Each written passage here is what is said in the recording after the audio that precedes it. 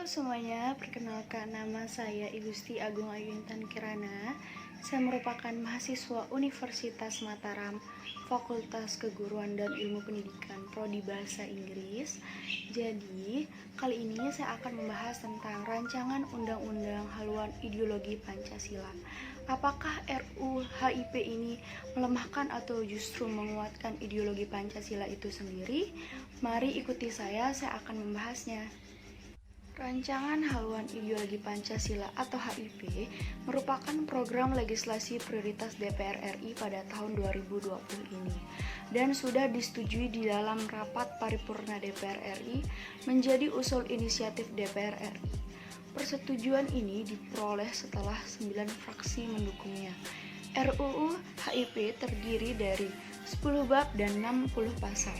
Pembahasan rancangan Undang-Undang Haluan Ideologi Pancasila atau RUU HIP yang belakangan dibahas di sidang paripurna DPR RI ini telah menimbulkan kegaduhan di ruang publik. Sejumlah isu liar pun tak pelak menyertai draft Undang-Undang 1 ini, termasuk diantaranya terkait isu dan sejumlah kekhawatiran bangkitnya paham komunisme di tanah air ini. Banyak yang mengkritik, namun hampir sedikit yang memuji rancangan undang-undang tersebut. Berikut poin-poin krusial yang terdapat di dalam rancangan undang-undang haluan ideologi Pancasila tersebut. Saya akan menampilkannya di sebelah sini. Poin-poin krusial tersebut diantaranya ya ada konsep Trisila dan Ekasila. Salah satu klausul yang cukup disorot yaitu ihwal keberadaan konsep Trisila dan Ekasila, serta frasa ketuhanan yang berkebudayaan. Di dalam draft RUU HIP, konsep tersebut tertuang di dalam pasal 7. Trisila adalah sosionasionalisme, sosiodemokrasi, serta ketuhanan yang berkebudayaan. Trisila terkristalisasi dalam Ekasila, yaitu gotong royong. Poin kedua yang termasuk krusial adalah larangan komunisme. Pokok pemicu polemik berikutnya yaitu terdapat di awal draft RUU pada bagian mengingat ternyata tidak mencantumkan TAP MPRS nomor 25 tahun 1966 tentang pembubaran Partai Komunis Indonesia. Pernyataan sebagai organisasi terlarang di seluruh wilayah negara dan larangan setiap kegiatan untuk menyebarkan atau mengembangkan faham atau ajaran komunis atau Marxisme atau Leninisme. Poin ketiga ada BPIP diisi TNI Polri aktif. Dalam RUU HIP memuat ketentuan TNI dan Polri aktif bisa mengisi jabatan sebagai Dewan Pengarah Badan Pembina Ideologi Pancasila atau BPIP. Dalam pasal 47 ayat 2 RUU HIP menyebut Dewan Pengarah BPIP berjumlah paling banyak 11 orang atau berjumlah gasal.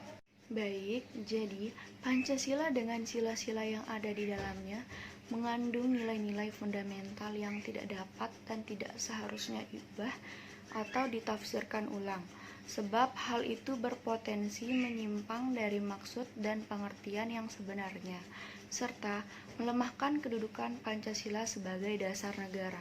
Selain itu, akan jadi kontroversi karena mengabaikan Piagam Jakarta 22 Juni 1955 sebagai satu kesatuan rangkaian proses kesejarahan. Kontroversi akan berkembang jika Trisila dan Ekasila maupun ketuhanan yang berkebudayaan dimasukkan dengan alasan historis. Di dalam RUU HIP terdapat materi-materi tentang Pancasila yang bertentangan dengan rumusan Pancasila sebagaimana disebutkan dalam pembukaan Undang-Undang 1945. Terdapat banyak materi yang menyiratkan adanya satu sila yang ditempatkan lebih tinggi dari sila yang lainnya, termasuk yang mempersempit dan mengesampingkan rumusan final sila ketuhanan yang Maha Esa. Dan dari aspek substansinya, RUU ini mengandung banyak kontroversi sehingga memunculkan banyak pertanyaan di dalamnya.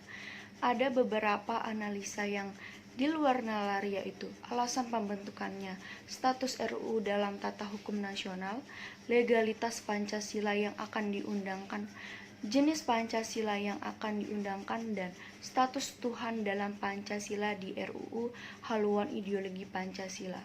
Dalam konsideran RUU HIP disebutkan, UU HIP tidak perlu dibentuk sebab belum ada UU dalam bentuk haluan ideologi Pancasila sebagai landasan hukum untuk menjadi pedoman bagi kehidupan berbangsa dan bernegara, sebagai kerangka landasan berpikir dan bertindak bagi penyelenggara negara dan masyarakat guna mencapai tujuan bernegara sebagaimana dimaksudkan dalam pembukaan Undang-Undang 1945.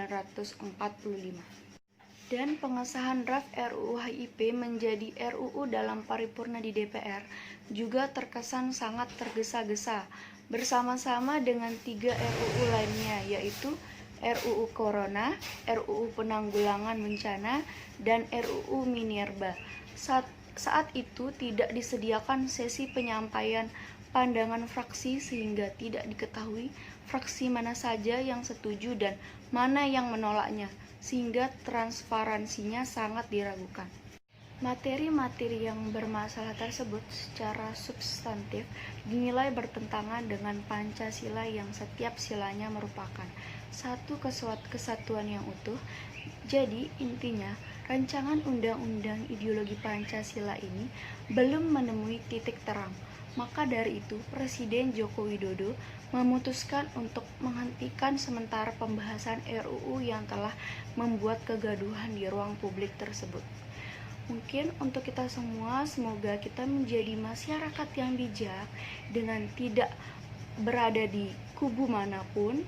Harusnya kita itu juga bermusyawarah, kita menerima apapun itu keputusannya demi kebaikan kita semua dan tidak lepas dari tujuan kehidupan berbangsa dan negara itu sendiri. Mungkin itu saja yang saya ingin sampaikan. Apabila ada kesalahan kata, saya mohon maaf. Terima kasih.